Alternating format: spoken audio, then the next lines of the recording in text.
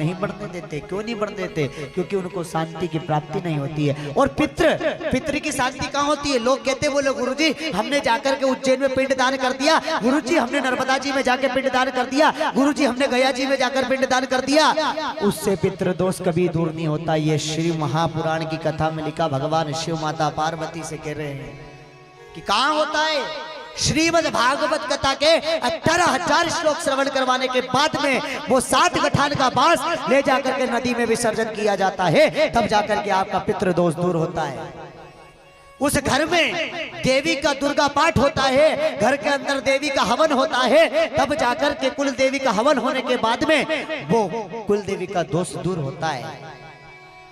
लेकिन हम वो पाठ नहीं करवाते। अभी हमारे पास कल फोन आया था, बहुत दूर से आया था, अपने जाफराबाद यानी कि अयोध्या के पास से। बोले गुरुदेव हमारे बेटे की शादी नहीं हो रही। मैंने कहा भैया आपके यहाँ पितृदोष है, कुंडली देखी उनकी मैंने। बोला पितृदोष है।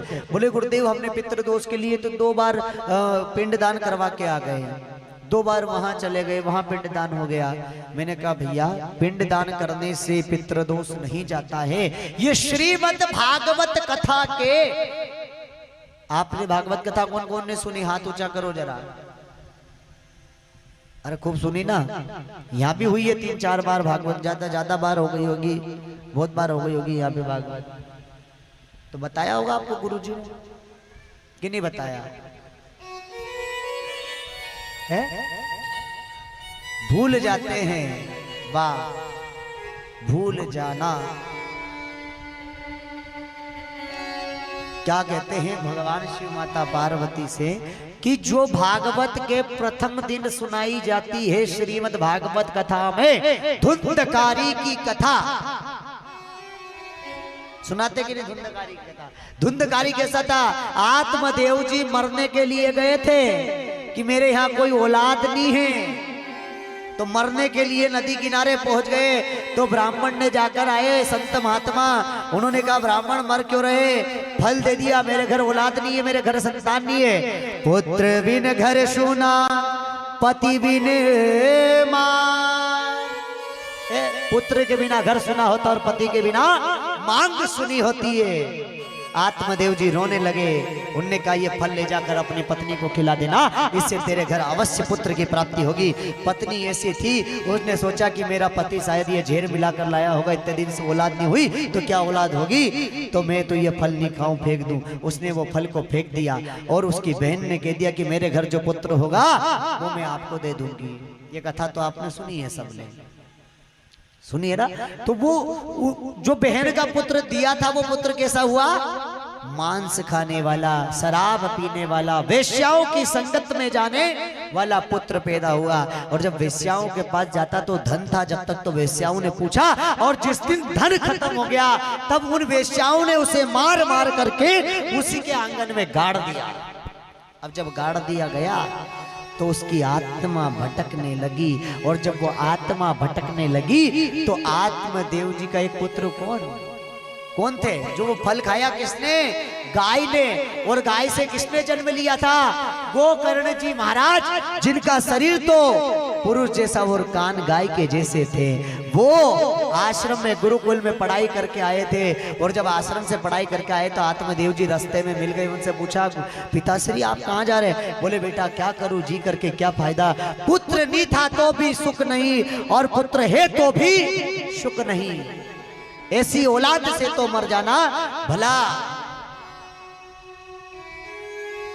ऐसी औलाद से मर जाना भला। मैं तो अब जा रहा हूँ संसार को छोड़ के।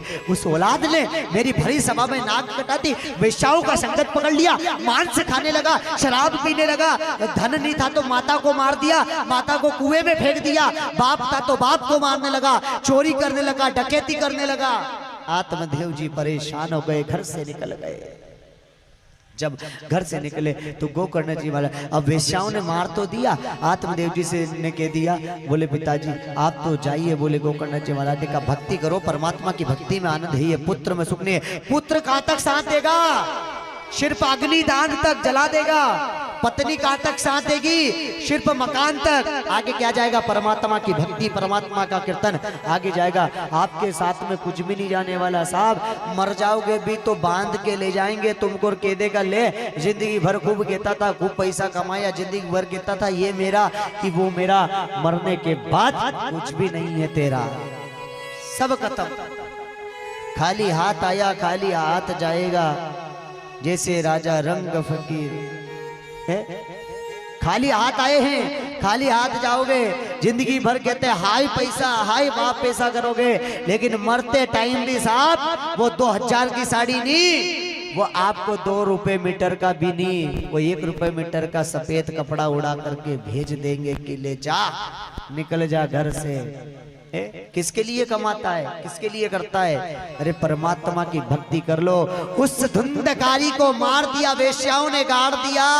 और आत्मदेव जी ब्राह्मण जब अपने घर पहुंचे, रात्रि का समय था, वो बवंडर के रूप में आकर के गोकर्ण जी महाराज के सामने खड़ा हो गया।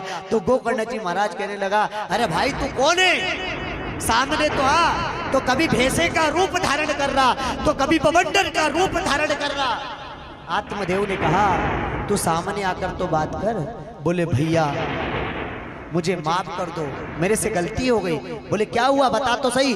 मैं मांस खाता था, मैं शराब पीता था, मैं वेश्याओं की संगत करता था, मेरे माता पिता को मारा, माँ को मैंने कुएं में फेंक दिया और बाप को भी मैंने शराब पीकर खूब मारा। अब मैं भटक रहा हूँ, मुझे मुक्ति दिला दो।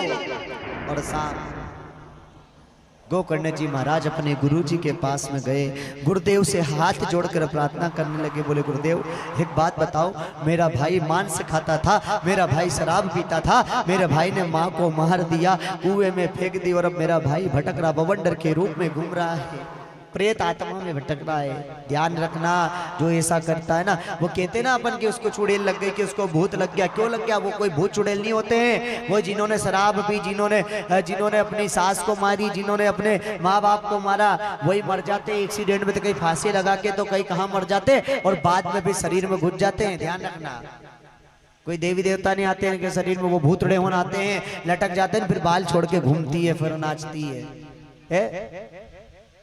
तो वो धुंधकारी भटक रहा। तो गुरुदेव ने कहा देखो, अगर तेरे भाई को इस प्रेत योनि से छुड़वाना है तो श्रीमद् भागवत कथा के 18,000 श्लोकों का श्रवण करवा, तब जाकर तेरा भाई इस प्रेत योनि से छुट जाएगा। कितने श्रीमद् भागवत कथा के कितने श्लोक है? 18,000 श्लोक वो सुना। लेकिन कैसे सुना ना, वो 18,000 श्लोक में उसकी विधि क्या है? उसकी विधि ये है कि 7 गठान वाला बांस लेकर आना। कौन सा? 7 गठान का।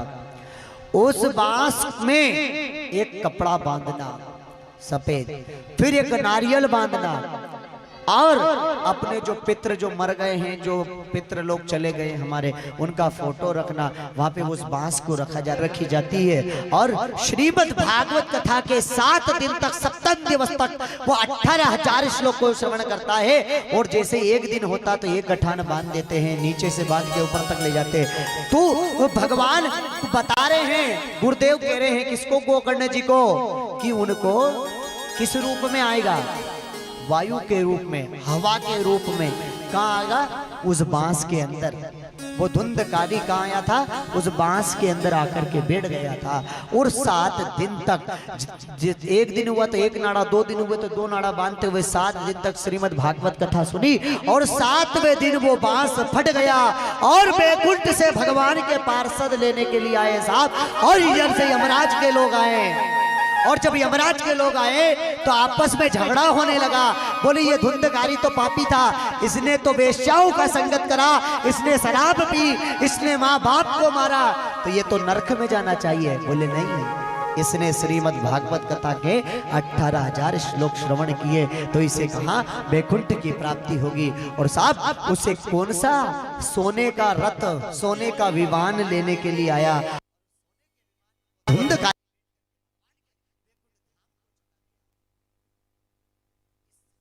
दूर होता है। अगर घर में पितृदोष हो तो भागवत के 18,000 श्लोक घर में करवाना। लेकिन आजकल तो क्या हो गया, कोई बेचारे करवा नहीं पाते, बोले गुरुजी हम गरीब है, गुरु ही होती है घर में। कभी वो चक्कर में मत पड़ना। कोई कहते गुरुदेव हम एक दिन में पितृदोष निकाल देंगे, 2 दिन में पितृ एक जगह भी हमसे बोला गया था, बोले गुरुदेव हमारे घर पितृदोष है, तो हम कहीं बैठक करवाने गए थे, कहीं गुरुजी के पास गए थे तांत्रिक के, तो उन्होंने बोल दिया 1 दिन में हवन कर देंगे बस। कितने दिन में? मात्र 1 दिन में। बताइए, ये शिव महापुराण ये भागवत कथा कह रही है कि 18,000 श्लोक सप्तम दिवस में 7 दिन में पूर्ण होते हैं, और 7 दिन में भी पूरे नहीं होते, उसमें बैठना पड़ता। जब सुबह से लेकर के 3 घंटा 4 घंटे मतलब साफ सिर्फ 2 घंटे का रेस्ट दिया जाता है, तब जाकर 7 दिन में 18,000 श्लोक पूर्ण होते हैं। लेकिन आजकल क्या होता है, 2 घंटे सुबह बैठे ब्राह्मण लोग, 2 घंटे शाम को बैठे, कह देते हम हो गए 18,000 श्लोक। धन्य है वारे जीवन। आपको घर में पितृदोष है तो भागवत का पाठ जरूर कराना, उससे पितृदोष दूर होता है। किसी के चक्कर में ये मत पड़ना कि 1 दिन में हो जाता है, ये मैं नहीं कह रहा हूं, आप स्वयं भागवत कथा लेकर आना। कितने रुपए की आती है? मात्र 500 रुपए की 2 भागवत आती है, 2 खंड में, प्रथम खंड और द्वितीय खंड भागवत आती हिंदी की। रोज पढ़ो घर में, आपको खुद को समझ में आ जाएगा कि हाँ गुरुदेव ने बात तो सही बोली थी। आप खुद बताना मेरे को। उसमें लिखा हुआ है कि 1 दिन में पितृदोष दूर नहीं होगा, सप्तम दिवस में, 7 रोज में। और ये 7 रोज क्यों बनाए? नहीं तो भागवत जी 1 दिन में हो जाती है। कितने बार है? 7 बार। तो ध्यान रखना, पितृदोष है तो 7 दिन के मूल पाठ भागवत का करवाना। और कोई इतना खर्चा नहीं होता है मूल पाठ कराने साहब। भागवत मात्र कितने में हो जाती है? बजाने का खर्चा इसका लगता है बस खाली 50-60 हजार रुपए में भागवत जी हो जाती है। इतने तो हम लाखों कहाँ भर देते हैं, हॉस्पिटल में दे देते, इतने लाखों तो कोई तांत्रिक को दे देते, इतने तो हम ना जाने कहाँ कमा कर आ जाते, इतने तो हम शराब पीकर पड़े रहते हैं। जिस घर में भागवत हो जाती है उसके 4 कुल, यानी 4 नहीं, कितने कुल को तारती है?